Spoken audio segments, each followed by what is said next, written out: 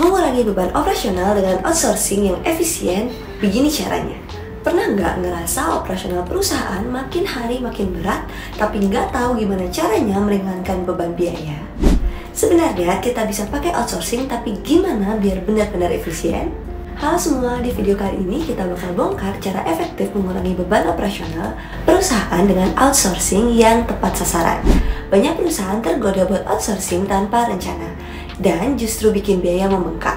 Nah, di sini kami akan kasih solusi biar outsourcing jadi senjata efisiensi yang tepat guna buat bisnis kamu. Kita tahu operasional itu ibarat mesin yang bikin bisnis terus jalan.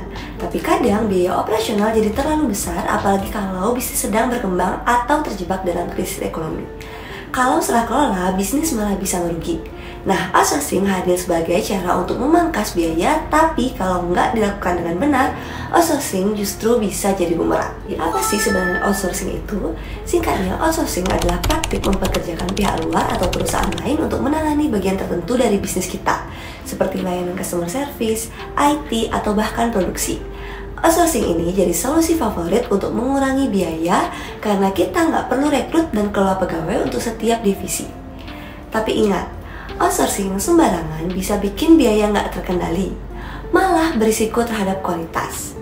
Makanya, hari ini kita bakal kasih tahu gimana caranya outsourcing secara efisien tanpa mengorbankan kualitas. Pertama, sebelum memutuskan outsourcing, kita perlu tahu apa saja keuntungan dan risikonya. Kenapa? Karena ini membantu kita buat menimbang apakah outsourcing itu solusi yang benar-benar tepat buat bisnis kita. Keuntungan, penghematan biaya. Dengan outsourcing, kita nggak perlu investasi besar untuk rekrutmen, pelatihan, atau tunjangan karyawan. Fokus pada kompetensi utama. Ketika kita outsourcing tugas-tugas rutin, tim internal bisa fokus pada tugas yang lebih strategis. Akses ke ahli atau teknologi. Kadang outsourcing berarti kita bisa bekerja sama dengan perusahaan yang punya spesialisasi tertentu atau teknologi canggih yang nggak kita miliki. Risiko, ketergantungan terlalu besar. Kalau kita terlalu bergantung pada pihak luar, ada risiko gangguan operasional kalau mereka punya masalah. Kontrol kualitas. Ketika tugas dikelola pihak ketiga, kita mungkin kesulitan memantau kualitas sesuai standar. Kerentanan data. Jangan lupa, risiko keamanan data. Kita perlu jaminan bahwa data bisnis kita aman.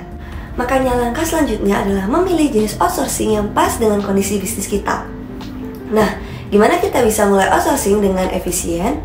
Ini beberapa tips yang bisa kamu pakai untuk menilai dan memilih jenis outsourcing yang tepat.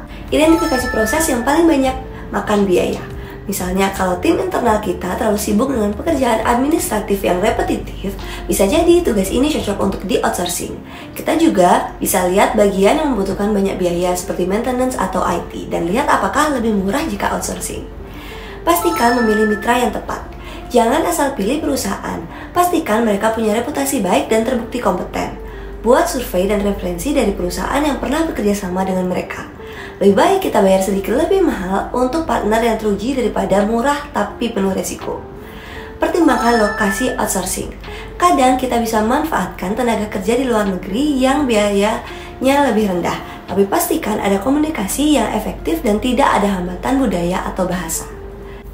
Oke, sekarang kita sudah tahu langkah-langkah memilih outsourcing yang efisien. Tapi bagaimana cara memastikan kalau kita benar-benar menghemat biaya? Ada beberapa solusi tambahan yang bisa kita lakukan. Automatisasi tugas rutin.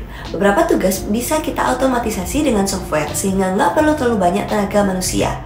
Ini bisa jadi kombinasi efektif antara teknologi dan outsourcing. Outsource hanya ketika dibutuhkan. Nggak semua tugas harus di-outsourcing setiap waktu. Ada baiknya memilih metode kontrak sementara sehingga kita bisa lebih fleksibel sesuai kebutuhan. Misalnya, bagian pemasaran bisa kita outsourcing saat peak season aja. Kembangkan tim hybrid. Untuk beberapa tugas yang bersifat sensitif atau memerlukan kontrol lebih, kita bisa membentuk tim hybrid. Jadi ada bagian yang ditangani internal dan ada yang outsourcing. Dengan ini, kita bisa tetap jaga kualitas dan efisiensi. Optimalkan penggunaan freelancer. Freelancer sering jadi solusi lebih murah dan fleksibel daripada mengikat kontrak dengan perusahaan outsourcing. Pastikan saja kita punya SOP jelas biar kerja mereka sesuai dengan standar perusahaan. Jangan lupakan teknologi. Dengan digitalisasi, proses outsourcing bisa lebih transparan dan terkontrol.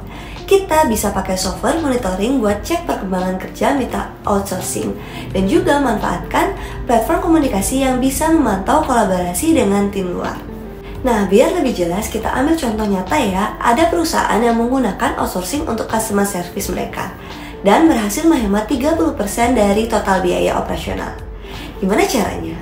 Mereka rutin melakukan evaluasi setiap bulan, pakai SLA yang ketat, dan memilih mitra outsourcing yang benar-benar paham visi mereka. Jadi outsourcing memang bisa bantu kita kurangi beban operasional, tapi dengan syarat kita harus punya strategi yang jelas, kontrol yang ketat, dan pastikan mitra yang kita pilih bisa memenuhi standar. Jangan lupa terus lakukan evaluasi biar kita tetap di jalur yang efisien. Dengan melakukan outsourcing yang efisien, kita bisa alokasikan lebih banyak waktu dan sumber daya ke aspek bisnis yang lebih penting, seperti inovasi dan pengembangan produk. Karena pada akhirnya fokus utama kita adalah menciptakan nilai tambah bagi pelanggan tanpa harus membebani biaya operasional yang berlebihan. Gimana? Tertarik buat coba strategi outsourcing yang efisien untuk bisnis kalian? Yuk share di kolom komentar kalau kalian punya pengalaman atau pertanyaan seputar outsourcing. Dan jangan lupa like, subscribe, dan aktifkan lonceng notifikasi biar nggak ketinggalan tips keuangan bisnis dari kami.